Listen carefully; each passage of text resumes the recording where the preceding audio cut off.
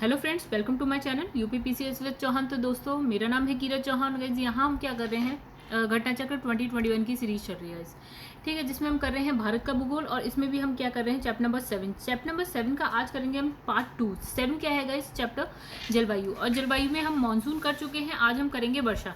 चलिए दोस्तों, सबसे पहले अब क्या करते हैं, एक बार हम सिलेबस देख लेते हैं। ओके, तो गाइस ये रहा आपका सिलेबस। तो हम क्या कर चुके हैं सिलेबस में, सामान्य परिचय, भौतिक विभाजन, और गाइस ये ये सारी चीज़ें हम कर चुके हैं गाइस। एक बार आप देख सकते हैं 4, 5, 6 यानी कि अव्वल तंत्र तक हमारा हो चुका है। अब जो चल रहा है हमारा जलवायु चल रहा है। जलवायु में भी मानसून हम कर चुके हैं, वर्षा चल रहा है यहाँ पे, आज होगा वर्षा। फिर गाइस उसके बाद है ये बाकी के, आप एक बार चैप्टर्स देख सकते हैं दोस्तों। और यहाँ पे क्वेश्चन जो है 30 चैप्टर्स के आसपास हैं दोस्तों। धीरे धीरे हो जाएगा सारा। तो गाइस, अगर आपको वीडियो पसंद आती है तो प्लीज़ वीडियो को लाइक करा करिए, ठीक है। और चैनल को सब्सक्राइब नहीं किया है तो सब्सक्राइब करिए गाइस। वीडियो पसंद आती है तो शेयर भी करिए। चलिए दोस्तों, फिर हम क्या करते हैं, अब स्टार्ट करते हैं अपने चैप्टर को। तो गाइस देखिए यहाँ पे है हमारा चैप्टर जिसका नाम है वर्षा। तो शुरू करते हैं। लेकिन भारत में सामान्य रूप से जो वर्षा होती है ना गाइस, एक तो वो किससे होती है, दक्षिण पश्चिम मानसून से होती है, एक चीज़। दूसरा कब होती है, जून से लेकर सितंबर तक होती है, मतलब होती इससे इसके अलावा भी है। लेकिन जो मेन जो हम मानसून की बात करते हैं वो जून में आता है और सितंबर तक चलता है। सितंबर में क्या होता है, लौटने लगता है, और लौटते लौटते क्या करता है, एंड में हमने देखा था कोरोमंडल तट यानी कि जहाँ पे तमिलनाडु है वहाँ वर्षा करता है। कब करता है, अक्टूबर से लेकर दिसंबर तक का हिसाब है उधर का। चलिए, तो लिखा है कि उस समय क्या होता है, उत्तर पश्चिम भारत में ग्रीष्म ऋतु में क्या होता है, निम्न वायुदाब का क्षेत्र अधिक तीव्र एवं क्या होता है, व्यवस्थित हो जाता है। हमने क्या बोला था, जो उत्तर पश्चिम जो भारत है वहाँ पे क्या होता है, लो प्रेशर बन जाता है, ठीक है। और जो समुद्र है यानी कि हिंद महासागर में हाई प्रेशर बनता है, जिसकी वजह से जो हवाएं हैं वो हिंद महासागर से भारत की तरफ बढ़ने लगती है, राइट। तो लिखा है इस निम्न वायुदाब के कारण ही दक्षिण पूर्वी,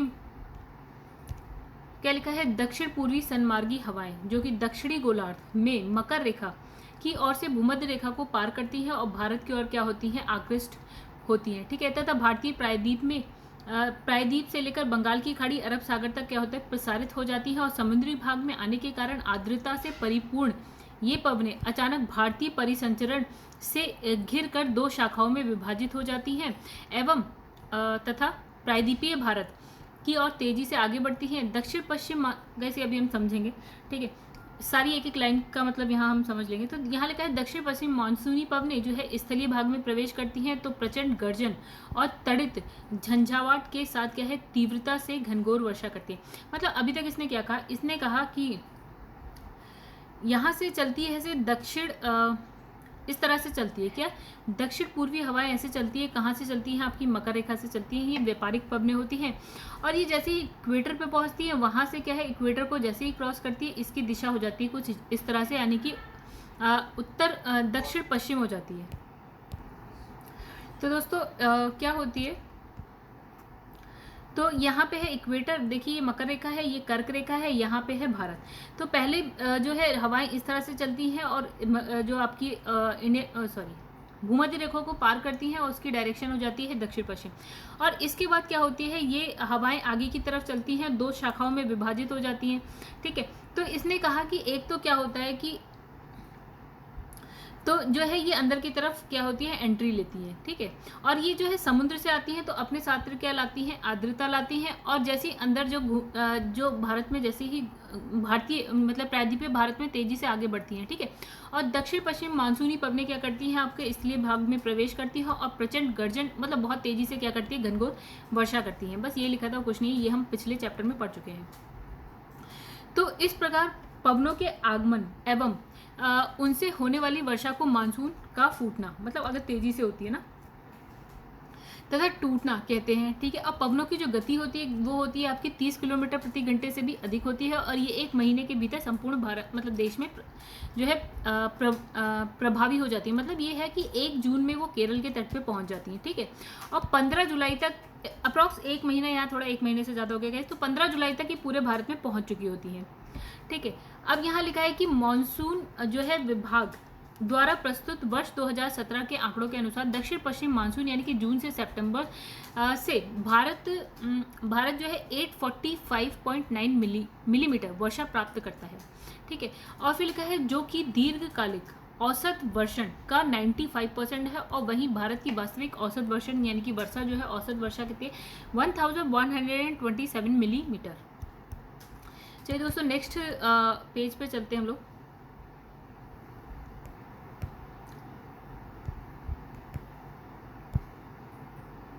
तो गाइस यहाँ पे क्या है देखिए, यहाँ भारत में औसत वार्षिक वर्षा दे रखी है। ठीक है, एक बार यहाँ पे ऐसे देख लेते हैं, मिली सेंटीमीटर्स में है गाइस ये। तो ये डॉट दिखा रहा है, ये दिखा रहा है आपका 0 से 20 सेंटीमीटर, फिर 20 से 40 सेंटीमीटर, 40 से 60 सेंटीमीटर, और ये देखिए यहाँ पे लिखा है 400 प्लस है। ठीक है, तो देखिए 400 ओवर 400 में कौन सी जगह आती है गाइस, तो ये हमें कहाँ दिखेगी, एक मिनट गाइस मैं भी एक बार देख। ठीक है, तो जो आपका ये वाला पोर्शन है ना, सबसे ज़्यादा वर्षा देखिए कहाँ होगी आपकी, ऑब्वियसली पश्चिमी घाट पे सबसे ज़्यादा वर्षा होगी, बिकॉज जो मानसून आता है, जो दक्षिण पश्चिम मानसून होता है, वो यहीं से क्या है भारत के अंदर एंट्री लेता है। ठीक है, फिर उससे कम में यानी कि 300 से 400 सेंटीमीटर की वर्षा आपको कहाँ मिलेगी, तो गाइस ये भी आपको कहीं ऐसी ही जगह मिलेगी, जैसे कि ये देखिए यहाँ पे आपको दिखेगा, यहाँ पे आपको समुद्र के पास ही दिखेगा, आपको ज़्यादा दूर कहीं नहीं दिखेगा। ठीक है, यहाँ पे देखिए आपको दिखेगा 300 से 400 सेंटीमीटर की वर्षा, और देखिए गाइस यहाँ पे जो है ना सबसे ज़्यादा वर्षा कहाँ होती है, मेघालय में होती है। तो मेघालय में होती है यहाँ पे। ठीक है, यानी कि यहाँ पे भी देखिए क्या लिखा है, ओवर 400 सेंटीमीटर लिखा है। फिर उसके बाद लिखा है ये 300 से लेकर 200 से 300 की वर्षा देखिए गाइस कहाँ पे है, हम एक बार देख लेते हैं। तो इसी में कहीं हौच पौच कर रखी है, समझ में नहीं आ रही है लाइंस। ठीक है, तो आगे देखिए 100 से 200 वाली जो आपकी लाइंस है, यानी कि जब ऐसे करके एंट्री मारती है जो हवाएं हैं, तो ये देखिए ये आपकी सारी है, यहाँ पे सारी वर्षा हो रही है आपकी 100 से 200 सेंटीमीटर, फिर 60 से 100 सेंटीमीटर में आपकी कौन सी है, फिर उसके बाद जैसे वर्षा यहाँ मतलब जो हवाएं यहाँ से अंदर ऐसे करके एंट्री करती हैं। ठीक है, तो यहाँ पे ये वाली जो है आपकी 200 से 300 है, और ये वाली जो है ये आपकी हो गई कितनी है 100 से 200 सेंटीमीटर वाली हो गई, क्योंकि जैसे हम समुद्र से अंदर की तरफ जाते हैं जो नमी है उसकी मात्रा कम होती जाती है, इसलिए वर्षा की मात्रा भी कम हो जाती है। ठीक है, अब देखिए 40 से 60 हो गया काफ़ी कम, जो हमारा ये वाला लिखा है ना 40 से 60 वाला देखिए गाइस कहाँ पे हम देखते हैं, तो इसने ये क्या होता है देखिए यहाँ पे है, ये देखिए 40 से 60 वाला है, ये 40 से 60 वाला है, यानी कि यहाँ पे जो है वर्षा बहुत ही कम हो रही है। क्यों हो रही है देखिए, जब क्या होता है बीच में है पहाड़, सपोज कि यहाँ पे है पठारी भाग है। ठीक है, तो यहाँ पे तो वर्षा हो जा रही है, बिकॉज हवाएं जो आ रही है पहाड़ों से टकरा रही है और वहाँ पे हो जा रही है बारिश, राइट। लेकिन जब पवनें इधर की तरफ जाती है ना, तो उसका जो सारा पानी है वो हो जाता है पहले ही खत्म। ठीक है, अब यहाँ पे वर्षा होती नहीं, तो इस वही चीज़ यहाँ पे है। यहाँ पे क्या है, यहाँ है सपोज मान लीजिए आप पहाड़ है, हवाएं चलती है और यहीं पे वर्षा हो जाती है, और जो इसके इस साइड वाली साइड है, मतलब दूसरी साइड जो है वो हो गई आपकी, यहाँ पे वर्षा हो जाएगी कम। वही चीज़ आप आगे देखते हैं, और देखिए यहाँ पे क्या है अरावली पर्वत है, और जो पवनें चलती है वो इसके समानांतर चलती हैं, कहीं जाके ऐसे टकराती नहीं है। अगर टकराएंगी तो वर्षा होगी, लेकिन अगर समानांतर अंदर की तरफ घुस जाएगी, ठीक है, सपोज कि ये आपका पर्वत है और हवाएं भी इसी तरह चल रही, अभी टकराएंगी, पहले अवरोध चाहिए उनको बारिश करने के लिए, तो वो चीज़ यहाँ नहीं मिलती है। यहाँ नहीं मिलती तो गाइस यहाँ पे भी देखिए आपको वर्षा कम ही मिलेगी। ठीक है, कितनी है यहाँ पे देखिए 40 से 60 सेंटीमीटर की है। अब 20 से 40 सेंटीमीटर वाली जो है इस तरह की लाइन है गाइस, ओके सॉरी दोस्तों,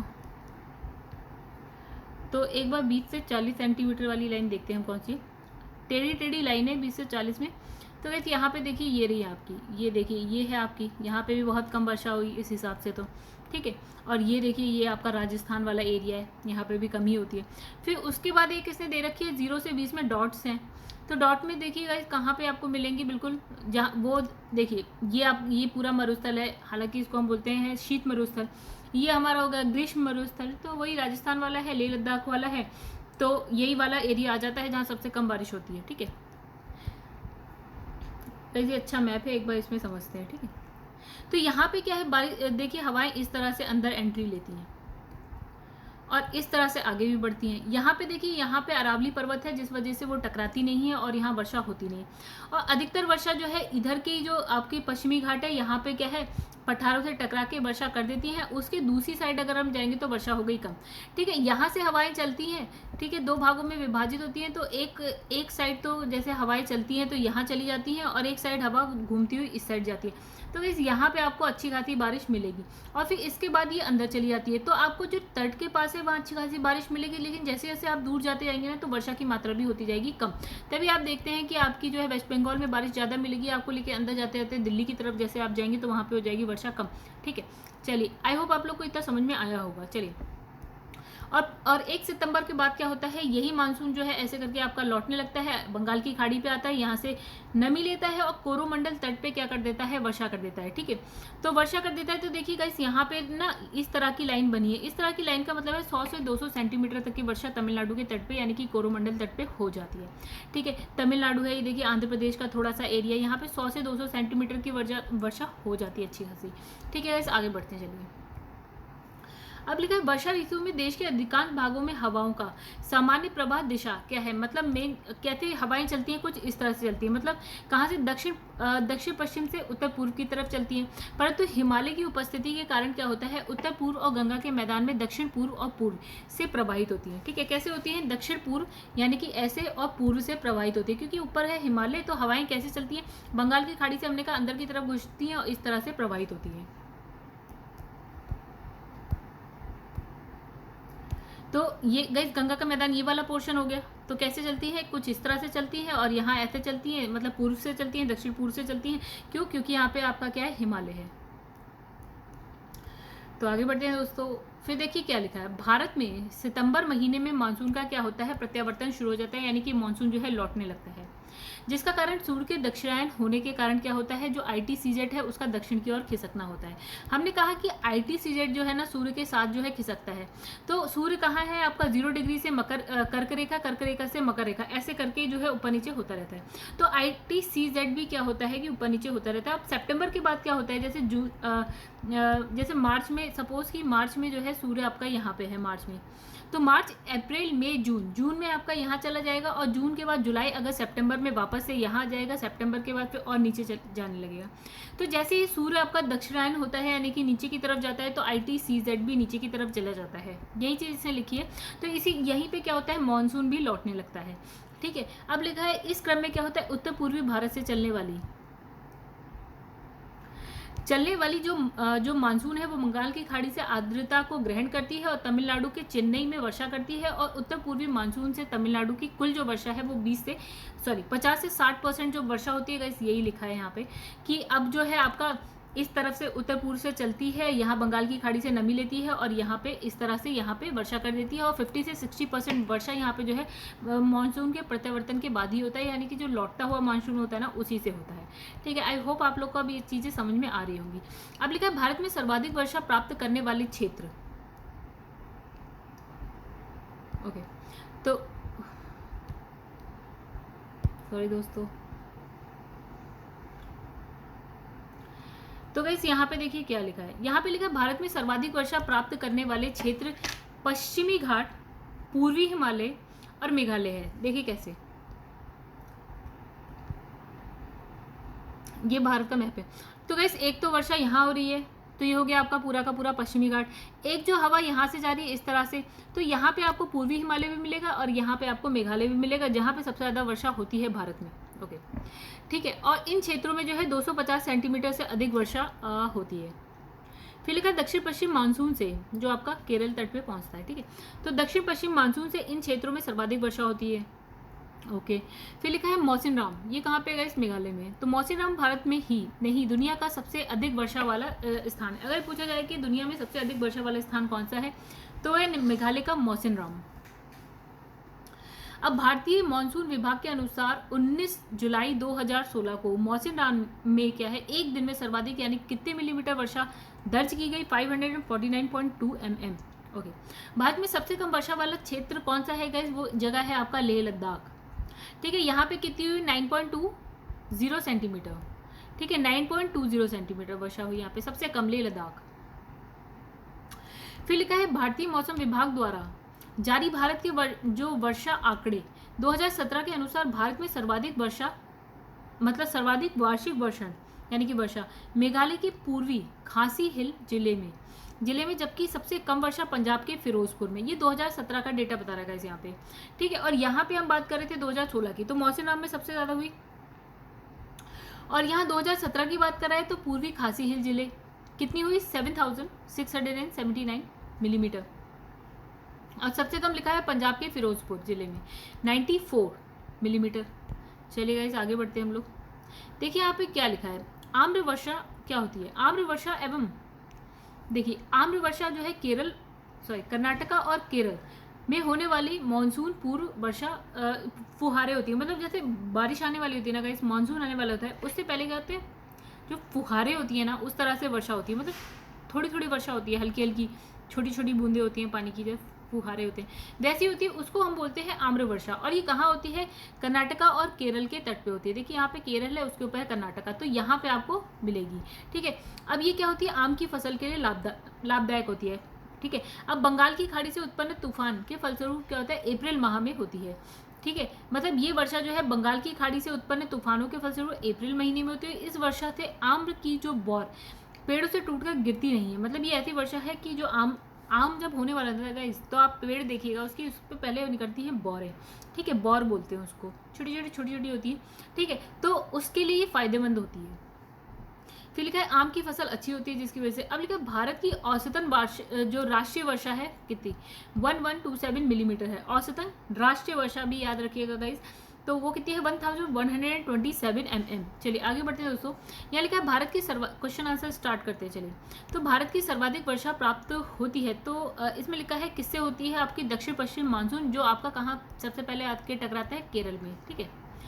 तो गाइस यहाँ पे लिखा है कि जो वार्षिक जो औसत वर्षा है वो 1127 mm है, और दक्षिण पश्चिम मानसून से जो है आपकी इतनी वर्षा होती है, यानी कि 845.9 mm वर्षा होती है। और दीर्घकालिक औसत वर्षण का कितना है, ये 95%, यानी कि 95% इसी से होती है वर्षा। 2017 का आंकड़ा है।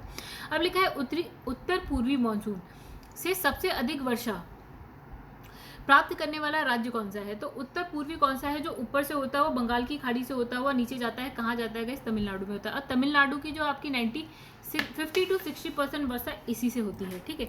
और इसमें क्या होता है, सूर्य जो है दक्षिणायन होने लगता है, जिसकी वजह से ITCZ भी दक्षिणायन होने लगता है, यानी कि दक्षिण की तरफ जाने लगता है। और क्या होता है कि मानसून जो है लौटने लगता है। जब लौटेगा तो लौटता हुआ वो जाता है बंगाल की खाड़ी में, उत्तर पूरब हो जाता है, उत्तर पूर्वी मानसून बोल दीजिए आप इसको, और ये बंगाल की खाड़ी से आर्द्रता ग्रहण करता है और तमिलनाडु के तट पे पहुंच जाता है। आगे बढ़ते हैं दोस्तों। लिखा है निम्नलिखित राज्यों में से किसमें अधिकतम औसत वार्षिक वर्षा होती है। तो इसमें लिखा है कि अरुणाचल प्रदेश सबसे औसत वार्षिक वर्षा अधिकतम किसमें, अरुणाचल प्रदेश है, सिक्किम है, केरल है, या आपका जम्मू एंड कश्मीर है। चलिए इसकी गाइस व्याख्या देते हैं। देखिए ये प्रश्नकाल 2016 की बात हो रही है, तो इसमें प्रश्नकाल में इस प्रश्न का उत्तर सिक्किम था, ठीक है। 2017 के आंकड़ों के अनुसार, तो 2017 के आंकड़ों के अनुसार जो है प्रश्नगत राज्यों का वर्षा विवरण इंडियन मेट्रोलॉजिकल डिपार्टमेंट के आंकड़ों पर आधारित है, इस प्रकार है। अभी हम अब आंकड़े देखते हैं एक बार गाइस। तो गाइस आंकड़े कैसे देखे जाएं,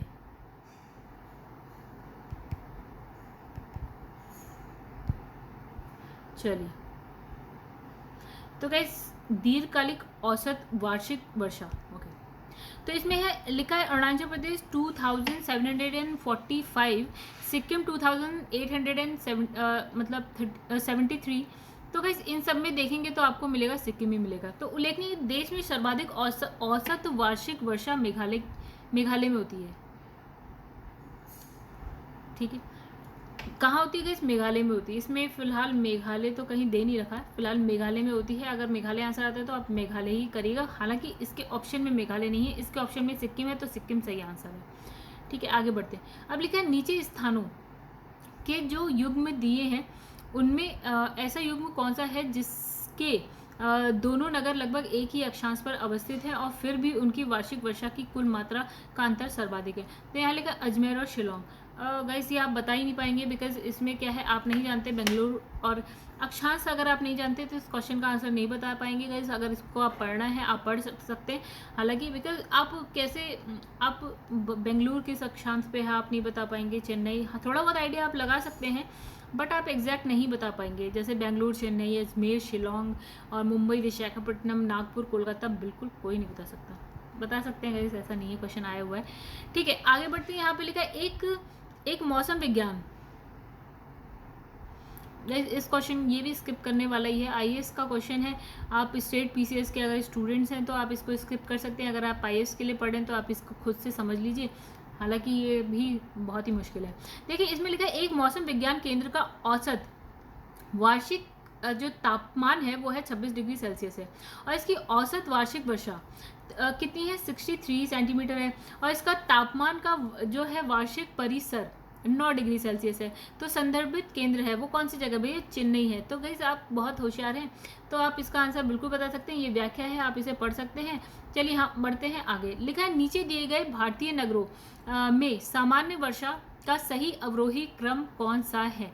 ठीक है, तो इसने बोला है सामान्य, इसका आंसर है सी, यानी कि कोच्चि, कोलकाता, पटना और दिल्ली। मतलब सबसे ज़्यादा वर्षा इन सब में कहाँ होती है, फिर उससे कम उससे कम उससे कम। तो सबसे ज़्यादा गाइस इसमें होती है कोच्चि में होती है, फिर आती है आपके कलकत्ता का नंबर आता है, फिर पटना का आता है और दिल्ली का आता है। चलिए आइए देखते हैं कहानी। तो देखिए यही चीज़ लिखी है, कोच्चि में सबसे ज़्यादा, कलकत्ता, पटना, दिल्ली। आप थोड़ा ऐसे मान लीजिए जैसे कि आपका ये हिसाब किताब है, आपको कलकत्ता यहाँ मिलेगा, पटना यहाँ मिलेगा और दिल्ली यहाँ मिलेगा। तो हमने कहा जैसे जैसे समुद्र से आप दूर होते जाते हैं ना, वर्षा की मात्रा वैसे ही कम होती जाती है। तो इसका आंसर अगर आपको कोलकाता, पटना, दिल्ली कहाँ कहाँ है यही पता हो तो आप इसका आंसर थोड़ा बहुत बता सकते हैं। अब लिखा है आम्र वर्षा संबंधित है, तो गाइस किससे है, ये डी लिखा है आम की फसल से, यानी कि अगर ये वर्षा होती है, ठीक है, ये कर्नाटका और केरल की बात है, ये वर्षा होती है तो ये जो है आम की फसल के लिए फायदेमंद होती है। और ये आती कब है, अप्रैल में आती है, बंगाल की खाड़ी से उत्पन्न तूफानों के फलस्वरूप अप्रैल माह में होती है। ठीक है, तो इससे आम की बौरें टूटती नहीं है, फसल अच्छी होती है। भारत में सबसे कम वर्षा कहाँ होती है, तो वैसे तो हमने पढ़ा था लेह, तो इसका आंसर भी लेह है, 9.20 सेंटीमीटर होती है। देश भर में सबसे कम वर्षा आपको लेह में मिलेगी। ठीक है, आगे बढ़ते हैं दोस्तों। अब लिखा है कि ये रिपीट हो रहा है क्वेश्चन, जहाँ मैंने आर लिख दिया ना गाइस, अगर आपको कहीं दिख जाए आर तो वो क्वेश्चन हो रहा है रिपीट, इसको हम छोड़ देते, स्किप कर देते। चलिए आगे बढ़ते हैं दोस्तों। यहाँ लिखा है कि चेरापूंजी अवस्थित है, कहाँ है गाइस, मेघालय में अवस्थित है, और सबसे ज्यादा वर्षा मौसिनराम में होती है। अब लिखा है भारतवर्ष में सर्वाधिक वर्षा क्षेत्र, तो वैसे यहाँ लिखा है पश्चिमी घाट अच्छा, इसने कहा कहाँ कहाँ सबसे ज़्यादा वर्षा होती है। तो देखिए हमें पता है पश्चिमी घाट में होती है, वहाँ पे जो है दक्षिण पश्चिम मानसून सबसे पहले एंट्री मारता है, तो सबसे ज़्यादा वर्षा होती है आपकी मेघालय में होती है, मौसिनराम भी आपका मेघालय में। उसके बाद मेघालय आपका पूर्वी साइड पे है, और क्या कहते हैं हिमालय का जो पूर्वी साइड होता है ना हिमालय का, वहाँ पे वर्षा बहुत ज़्यादा होती है। तो वैसे इसमें क्या है, और इन सब क्षेत्रों में कितनी होती है, अप्रॉक्स 250 सेंटीमीटर या इससे ज़्यादा ही होती है। ठीक है, यानी कि यहाँ पे सबसे किससे दक्षिण पश्चिम मानसून से सबसे ज़्यादा वर्षा होती है। अब लिखा है भारत में वर्षा का अधिक अधिक होते हुए भी ये देश जो है प्यासी धरती समझा जाता है। मतलब इसने कहा कि यार बारिश तो इतनी सारी हो रही है भारत में, लेकिन फिर भी क्या है कि पानी की कमी है। ऐसा क्यों है, देखिए गाइस होते हैं पूरे साल में होते हैं 12 महीने, लेकिन वर्षा हो रही है आपकी 4 महीने में, वो भी कुछ अगर टाइम से ना हो तो गड़बड़ है। मतलब आप सोचो कि यार 12 महीने की वर्षा हम 4 महीने में ही सारा हिसाब किताब लगा ले, तो ये हो जाएगी बात गलत। आप 12 महीने तक ही करो, कम कम करो तो भी आपका समझ में आती है बात, ये भी सही नहीं है वैसे। ठीक है, लेकिन वो तो बाकी के 8 महीने तो आपकी वर्षा हो ही नहीं रही है दोस्तों। ठीक है, तो यही है आपका, देखिए डी लिखा है। देखिए वर्षा के पानी में तेजी, अब हम क्या करते हैं, बारिश हो रही है, मान लीजिए अच्छी खासी बारिश हो रही है, ठीक है, तो गाइस यहाँ पे हम क्या जानते हैं कि जैसे लाइक बारिश होती है, हम क्या उस पानी को कहीं पे स्टोर करते हैं, नहीं, वो पानी हम क्या होता है बहने देते हैं। एक तो 4 महीने बारिश हो रही है, उसके बाद भी उस पानी को हम बहने देते हैं, नदियों में बहता है, बहता बहता समुद्र में चला जाता है। तो ये हो गया ए। अब हम अगर बात करें बी में क्या लिखा है, वर्षा के पानी का शीघ्रता से भाप बनकर उड़ जाना। ठीक है, वर्षा का पानी होता है और उसके बाद क्या होता है, वो उड़ भी जाता है, आप स्टोर करते ही नहीं है कहीं पे ऐसे कि उसको आगे के लिए हम उसको यूज़ कर सके, तो वो सारा काम हम लोग नहीं करते हैं। ठीक है, तीसरा है मतलब वाटर मैनेजमेंट के नाम पे 0 है कहानी हमारी। फिर लिखा है वर्षा की कुछ थोड़ी ही महीने में जोर होना, मतलब कि सिर्फ ये क्या है जून से सितंबर तक हो रही है, बाकी टाटा बाय बाय, उससे ज़्यादा कुछ हो नहीं रहा। महीने हैं 12, हो रही है 4 महीने, तो ये कहानी है। तो इसमें है उपरोक्त सभी, ठीक है। तो इसमें लिखा है भारत में होने वाली वर्षा का 95% भाग जो है आपका दक्षिण पश्चिम मानसून से क्या है जून से सितंबर के मध्य में मतलब प्राप्त होता है, और ये मात्र 4 महीने ही होता है। अधिकांश वर्षा सिर्फ 4 महीने में होती है। 5% वर्षा जो है शेष 8 महीने में होती है, ठीक है। और साथ ही दक्षिण पश्चिम मानसून से होने वाली जो वर्षा का जल या तो तेजी से बहकर या भाप बनकर उड़ जाता है, ठीक है। तो इस प्रकार शेष 8 महीने में भारत को वर्षा की कमी का सामना करना पड़ता है, जबकि भारत की औसत राष्ट्रीय वर्षा बहुत ज़्यादा है, जो कि 1127 मिलीमीटर है, ठीक है। तो इसकी इन्हीं कारणों से क्या होता है, कभी कभी ये समझा जाता है कि भारत में वर्षा का तो अधिक है, लेकिन फिर भी भारत की जो धरती है वो प्यासी है। चलिए आगे बढ़ते हैं नेक्स्ट क्वेश्चन पे। इसमें लिखा है निम्नलिखित में से कौन सी जल प्रबंधन युक्ति भारत में लागत का अधिकतम लाभ देने वाली है। तो इसमें लिखा है देखिए, ओके तो इसका आंसर होगा सी, यानी कि वही चीज़ जो हम कह रहे हैं हम लोग नहीं करते हैं, वर्षा का स्टोर नहीं करते, मतलब वर्षा के पानी का स्टोर नहीं करते, यानी कि वर्षा का जल संचयन नहीं करते हैं हम लोग, ठीक है। अगर ये करने लगे तो आपका बहुत ज़्यादा क्या है पानी बचेगा, पैसा बचेगा, सब कुछ बचेगा। तो यहाँ पे लिखा है जल प्रबंधन युक्ति द्वारा वर्षा जल का संचयन आसानी से बिना अतिरिक्त खर्च के टैंक और बांध बनाकर किया जा सकता है। तो इसके द्वारा क्या है सतह का जल स्तर भी ऊपर आ जाएगा, ठीक है। वर्षा का पानी जो है देखिए जल स्तर कैसे ऊपर आएगा, आप कहीं स्टोर तो करिए कि धीरे धीरे वो जो है पानी रिस के अंदर तक जाए, हम स्टोर तो करते नहीं, वो बहता है और चला जाता है, ठीक है। तो जिसकी वजह से आपका जो भूमिगत जल है ना वो भी क्या हो रहा है, कम हो रहा है। तो जिससे जल में जल की जो समस्या है काफ़ी हद तक क्या हो जाएगी, कम हो जाएगी। तमिलनाडु इस मामले में क्या है अग्रणी राज्य है, अतः इस प्रकार वर्षा के जल का संचयन जल प्रबंधन की वह युक्ति है जिसके द्वारा भारत में लागत का अधिकतम लाभ प्राप्त हो सकता है। मतलब जो भी आप बांध बनाएंगे, टैंक बनाएंगे, ठीक है, उससे ज़्यादा आप क्या है मतलब उससे क्या करेंगे, आप वर्षा के जल को स्टोर कर पाएंगे, और उसमें जितना लाभ आपको मिलेगा, आपका उतना बांध बनाने में भी खर्चा नहीं होगा, जितना इससे आपको क्या होगा, लाभ मिल जाएगा। लिखा है निम्नलिखित में से भारत के किन क्षेत्रों में औसत 200 मिलीमीटर वर्षा होती है। तो लिखा है कहाँ पे 200 मिलीमीटर तक वर्षा होती है। तो कैसे इसका आंसर है जम्मू कश्मीर, ठीक है। इसमें लिखा है प्रश्नकाल में, ओके प्रश्नकाल कब का है, 1994 की कहानी चल रही है। तो अब यहाँ लिखा है जम्मू कश्मीर था 1994 की जब बात चली थी, लेकिन परंतु समग्र राज्य के दृष्टिकोण से देखें तो उपयुक्त में से कोई भी उत्तर सही नहीं है, ठीक है। भारत के वर्षा आंकड़ों यानी कि 2017 के अनुसार जो जम्मू कश्मीर है, जम्मू कश्मीर में इतने मिलीमीटर होती है, असम में आपकी इतनी है, बिहार, पश्चिम बंगाल, मणिपुर, त्रिपुरा, उड़ीसा, केरल, तमिलनाडु में और कर्नाटका में इतनी वर्षा होती है। तो इस दौरान जो है लेह लद्दाख में आपकी कितनी होती है, 150 mm वर्षा होती है, ठीक है। नेक्स्ट आपका है झारखंड में वर्षा किस जो है मानसून में होती है। तो वैसे ये लिखा है दक्षिण पश्चिम मानसून से ही होती है झारखंड में वर्षा, और ये कब होती है, जून से सितंबर तक अधिक होती है, ठीक है। आगे बढ़ते हैं दोस्तों, नेक्स्ट पेज पे हम लोग आ जाते हैं। तो ये रहा दोस्तों आपका नेक्स्ट पेज। तो नेक्स्ट पेज में जो पहला क्वेश्चन आता है यानी कि क्वेश्चन नंबर 16 है, वो है आईएएस का क्वेश्चन है। इसमें इसने कहा कि जो शैडो वाला एरिया है ना, तो इसमें कहा है कि उसमें कितने से कितने तक जो है वार्षिक वर्षा का माध्य, इसने कहा वार्षिक वर्षा का माध्य कितने से कितने तक घटता बढ़ता है। तो यहाँ लिखा है 100 से लेकर 150 तक। चलिए पढ़ते हैं क्या लिखा है। भारत में औसत वार्षिक वर्षा मानचित्र को देखने से ये स्पष्ट होता है कि उपरोक्त मानचित्र में जो रेखांकित भाग है वो 100 से 200 सेंटीमीटर माध्य वर्षा प्रदर्शित करता है, ठीक है। तो लिखा है जब पुष्कर की पहाड़ियों में भारी वर्षा होती है तो बाढ़ कहाँ आती है। तो गैस कहाँ आएगी, इसमें लिखा है अजमेर में, सवाई माधोपुर में, बालोतरा में और सोजत में, ठीक है। तो गैस ये देखिए राजस्थान का क्वेश्चन है, कहानी भी राजस्थान की है, पुष्कर की पहाड़ी भी आपको राजस्थान में मिलेगी। तो वहाँ पे इसने कहा अगर बारिश बहुत ज़्यादा आती है तो बाढ़ कहाँ आएगी, तो वो बालोतरा है गाइज, ये आप मैप में देखिएगा कहाँ है पुष्कर की पहाड़ियाँ और कहाँ है ये बालोतरा, तो वहाँ पे सबसे ज़्यादा प्रभाव पड़ेगा उस वर्षा का।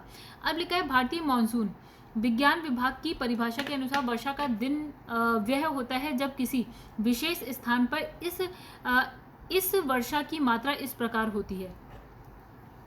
तो गाइस इसका आंसर है, देखिए डी है, इसमें लिखा है 24 घंटे में 2.5 मिलीमीटर से ऊपर वर्षा होती है, तो आप उसे कहते हैं वर्षा का दिन। ओके, चलिए यहाँ देखिए क्या लिखा है, भारतीय मौसम विज्ञान, देखिए 1993 का क्वेश्चन है ये, तो आईएएस का 1993 में आया हुआ है। तो भारतीय मौसम विज्ञान विभाग की परिभाषा के अनुसार 24 घंटे में 2.5 मिलीमीटर या उससे ऊपर की वर्षा वाले स्थान को वर्षा का दिन कहा जाता है। ठीक है, इसको आप रट लीजिएगा।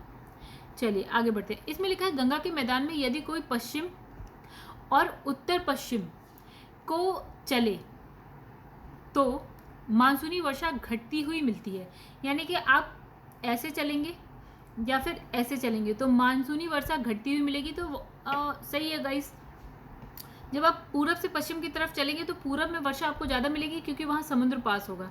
जैसे आप अंदर की तरफ जाते जाएंगे तो क्या होगा, समुद्र से आप दूर जाते रहेंगे, नमी की मात्रा कम हो जाएगी, तो वर्षा की मात्रा भी क्या होती है, कम हो जाती है।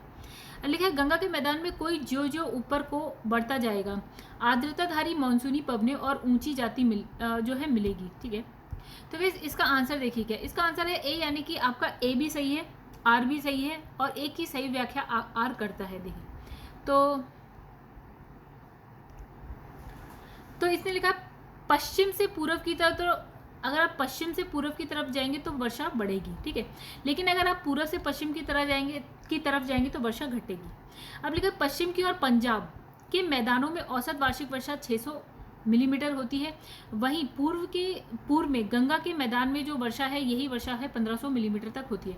गंगा के मैदान में ऊपर की और पवनों में क्या है, आर्द्रता क्रमशः कम होती जाती है। जैसे आप ऊपर की तरफ जाएंगे आर्द्रता क्या होती है, कम होती जाती है। फलस्वरूप ये पवनें ऊंचाई की और जाती, मतलब ये पवनें क्या है ऊपर की तरफ जाती मिलेगी और मानसूनी पवनों की आर्द्रता वर्षा की मात्रा को प्रभावित करती है। आर्द्रता अधिक होगी तो वर्षा अधिक होगी, आर्द्रता कम होगी तो वर्षा भी कम होगी। अब गाइस ये लिखा है नीचे दिए गए भारत के मानचित्र पर विचार करते हैं। चलिए तो गाइस यहाँ पे क्या लिखा है, ओके इसमें विचार कर लिया, अखिल भारतीय जल विभाजक। ओके गाइस तो इसको आप समझ लीजिए, आइए पढ़ते हैं इसकी व्याख्या। लिखा है उपरोक्त मानचित्र में अखिल भारतीय जल विभाजक को दर्शाया गया है। चलिए आगे बढ़ते हैं दोस्तों, अगर आपको समझ में आ गया हो तो यहाँ पे हम पेज नंबर 8 पे आ गए, 9 यानी कि थोड़ा सा और बचा है, उसके बाद ये खत्म हो जाएगा। देखिए यहाँ पे क्या लिखा है, ये क्वेश्चन सबसे पहले देख लेते हैं, इतना बड़ा क्वेश्चन आईएएस में ही आ सकता है। तो यहाँ लिखा है सूची 1 है, सूची 2 है। तो लिखा है कोलकाता की अपेक्षा चेन्नई अधिक गर्म है। ओके, ऐसा क्यों है गाइस? देखिए यहाँ पे लिखा है उत्तर पूर्वी मानसून, यहाँ तुंगता, पश्चिमी दाब, समुद्र से दूरी और अक्षांश। तो इसका आंसर गाइस अक्षांश ही हो सकता है, क्योंकि अगर हम ऐसे करके बनाते हैं ना, नहीं सॉरी इसे छोड़ते हैं, हम जो ये वाला ऐसे करके ड्रॉ करते हैं, आपको चेन्नई कहीं यहाँ मिलेगा और ये आपको कोलकाता यहाँ मिलेगा। तो चेन्नई का अक्षांश हो गया, ये कोलकाता का अक्षांश हो गया, ये मान लेते हैं 0 डिग्री यानी कि भूमध्य रेखा है। इससे और भी नीचे होगी, मैंने यहाँ बना रखी। तो भूमध्य रेखा के जो अक्षांश सबसे पास होगा उसमें गर्मी उतनी ज़्यादा होगी, जैसे जैसे आप दूर जाते जाएंगे गर्मी आपकी कम होती जाएगी। मतलब भूमध्य रेखा से अक्षांश जैसे जैसे दूर जाता जाएगा गर्मी कम हो जाएगी। तो बस यही है। देखिए यहाँ पे कोलकाता की अपेक्षा चेन्नई अधिक गर्म है, बिल्कुल गर्म होगा क्योंकि चेन्नई जो है आपका भूमध्य रेखा के पास है। तो हिमालय में हिमपात, ओके तो एक मिनट रुकते हैं गाइस यहाँ पे। अब लिखा है कि पश्चिम बंगाल से पंजाब की ओर आते आते वर्षा कम हो जाती है। तो क्यों होती है गाइस? क्योंकि वो जब आपका वेस्ट बंगाल समुद्र के पास है और पंजाब जाते जाते समुद्र से दूरी बढ़ जाएगी। अब लिखा है सतलज गंगा मैदान में शीतकाल में कुछ वर्षा होती है। ठीक है, तो गाइस ये होती है आपकी किससे? चलिए गाइस यहाँ पे हम एक बार देखते हैं। सी आंसर है 5243, 5243। तो ठीक है, पहला वाला हमारा सही था। सॉरी दोस्तों, तो 5 हमने बताया, इसका आंसर है तुंगता, फिर 4 है, फिर पश्चिमी। ओके, तो गाइस ये जो सतलज और गंगा का मैदान है ना, हमने पढ़ा था पश्चिमी जेट स्ट्रीम होती है जो आपकी भूमध्य सागर से आती है। ठीक है, तो वहाँ से जब आती है ना, तो जो सतलज और गंगा का मैदान है उसमें जो होती है शीतकाल में यानी कि सर्दियों में वर्षा होती है। तो पश्चिमी जेट स्ट्रीम कहाँ से आती है? भूमध्य सागर से आती है। उससे अधिकतर जो वर्षा होती है हिमालय में होती है, ठीक है भाई। ये सतलज और गंगा का मैदान वहीं से आ रही है, ठीक है गाइस, ऊपर का साइड है, ठीक है। तो और एक है हिमालय में हिमपात, ये हो गया तुंगता की वजह से, ठीक है। बाकी गाइस इसमें ऐसा समझने जैसा कुछ नहीं है। देखिए बस देखिए यहाँ पे लिखा है सैद्धांतिक रूप से चेन्नई वाला आप समझ लीजिए, कुछ नहीं है, वही भूमध्य रेखा के पास है, इसलिए ज़्यादा गर्म है। अब तुंगता के कारण क्या होता है? हिमालय क्षेत्र में हिमपात की घटना घटित होती है। अब लिखा है दक्षिण पश्चिम मानसून की पूर्वी शाखा अराकान यूमा और दक्षिणी हिमालय ढलानों से टकराकर क्या है पश्चिम की ओर मुड़कर क्या है पंजाब की तरफ जाती है। मतलब ये इसने ये बोला है कि वेस्ट बंगाल से पंजाब की तरफ जैसे ही जाएंगे तो आपकी क्या होगी, मतलब कलकत्ता से पंजाब में क्या होती है आपकी, जैसे जैसे समुद्र से दूर जाते हैं आर्द्रता कम होती है, जिसकी वजह से वर्षा क्या हो जाती है, कम हो जाती है। और शीतकाल में सतलज गंगा मैदानी क्षेत्र में क्या होता है, जो पश्चिमी अवदाब होता है, अवदाब उससे प्रभावित होता है, उसकी वजह से वर्षा होती है। अब लिखा है भारत के आर्द्र शुष्क क्षेत्रों में जल ढाल विकास का प्रमाणक चिन्ह है। तो कैसे इसका आंसर देखिए, मौसमी नदियों से जल का तटबंधीकरण करके जलाशयों के तंत्र की स्थापना करना, ठीक है। आइए इसकी व्याख्या देखते हैं। इसमें लिखा है भारत में अर्ध शुष्क क्षेत्र में जल ढाल वाले स्थानों में जो मौसमी नदियां वर्षा जल के एकत्रण हेतु जलाशयों और टैंकों का क्या करती है, निर्माण करती है। और इन क्षेत्रों में क्या होता है, लगभग इतने छोटे टैंक बनाए गए हैं और इतने मिलियन हेक्टेयर कृषि क्षेत्र की सिंचाई संभव है। अतः भारत के अर्ध शुष्क क्षेत्रों में जल ढाल का प्रमाणन चिन्ह मौसमी नदियों से जल का तटबंधीकरण करके जलाशयों के तंत्र की स्थापना करता है, ठीक है। तो ये क्वेश्चन हमने कहाँ का है गाइस, एक बार हम देख लेते हैं दोस्तों। ये क्वेश्चन है IAS का क्वेश्चन है गाइस, आधा तो समझ में आएगा आधा नहीं आएगा, ठीक है। अब लिखा है भारत में मरुस्थलीय विकास योजना कब क्रियान्वित है? ओके, अब क्रियान्वित है 1993 का क्वेश्चन है गाइस। इसमें लिखा है 21 जिलों में, ठीक है। चलिए लेटेस्ट सब कुछ हो तो पढ़ते हैं। इसमें लिखा भारत की मरुस्थलीय विकास कार्यक्रम यानी कि DDP desert development programme Rajasthan, Gujarat, Haryana, Jammu Kashmir और हिमाचल प्रदेश राज्य में 1977 से 78 के में जो है प्रारंभ की गई थी। तो 95-96 में क्या होता है, 1995-96 में इसमें क्या है आंध्र प्रदेश और कर्नाटका को भी सम्मिलित कर लिया जाता है। और वर्तमान में ये जो है कार्यक्रम देश के कुल 7 राज्यों के 40 जिले के 235 ब्लॉक में क्रियान्वित है। जबकि वर्ष 1994-1995 तक ये कार्यक्रम 5 राज्यों के आंध्र प्रदेश और ये क्या लिखा है, कर्नाटका और आंध्र प्रदेश को सम्मिलित किए जाने के पहले 21 जिलों के 231 ब्लॉक में क्रियान्वित किया जा रहा था। तो गाइस देखिए, अभी वर्तमान की आप बात करें तो आंसर आपका ये होना चाहिए, मतलब 40 जिले के 235 ब्लॉक्स में। लेकिन जो क्वेश्चन है वो पुराना है, तो वहाँ पे आपके इतने जिले रखे हैं। 93 का क्वेश्चन है, 93 की अगर हम बात करें तो 21 जिले थे। लिखा है निम्नलिखित कथनों पर विचार कीजिए और नीचे दिए गए कूट से सही उत्तर चुनिए। तो भारत में अंतर्देशीय जल मार्गों का पर्याप्त विकास नहीं हुआ है, एक। फिर कारण लिखा है कि भारत के अधिकतर भागों में वर्षा साल के 4 महीने में ही होती है, ठीक है। तो गाइस देखिए इसका आंसर होगा A, ठीक है। देखिए ये सही बात है इसकी कि 4 महीने ही वर्षा होती है, जिसकी वजह से अंतर्देशीय जलमार्ग का विकास नहीं हो पाया है। मतलब ये क्या होता है अंतर्देशीय जलमार्ग, जैसे आपकी सड़कें होती हैं, रेलवे लाइन होती है, वायु मार्ग भी होते हैं, उसी तरह जल के लिए भी होता है कि आप जल के थ्रू यात्रा कर सकें, ठीक है। अब देखिए नदी, आप कहेंगे कि किसी नदी को इतना बड़ा करके हम क्या करते हैं, या नहरें बनाते हैं, नदियाँ बनाएं बड़ी बड़ी, और उसमें क्या है यात्रा के लिए नाव वाव चला दें, बोट चला दें। लेकिन अब क्या है, बोट आप तब चला सकते हैं जब उसमें आप कह सकें कि हाँ यार 12 महीने आपका पानी बहता रहेगा। लेकिन अब अगर आपको पता है कि बहुत सारी नदियाँ सिर्फ वर्षा पे डिपेंड करती हैं, तो वो 4 महीने तक बहेंगी और उसके बाद 8 महीने नहीं बहेंगी, तो कोई फ़ायदा नहीं है अंतर्देशीय जलमार्ग बनाने का, ठीक है। 4 महीने तक तो नाव चलेगी और उसके बाद 8 महीने बंद हो जाएगी, तो कोई फ़ायदा नहीं है।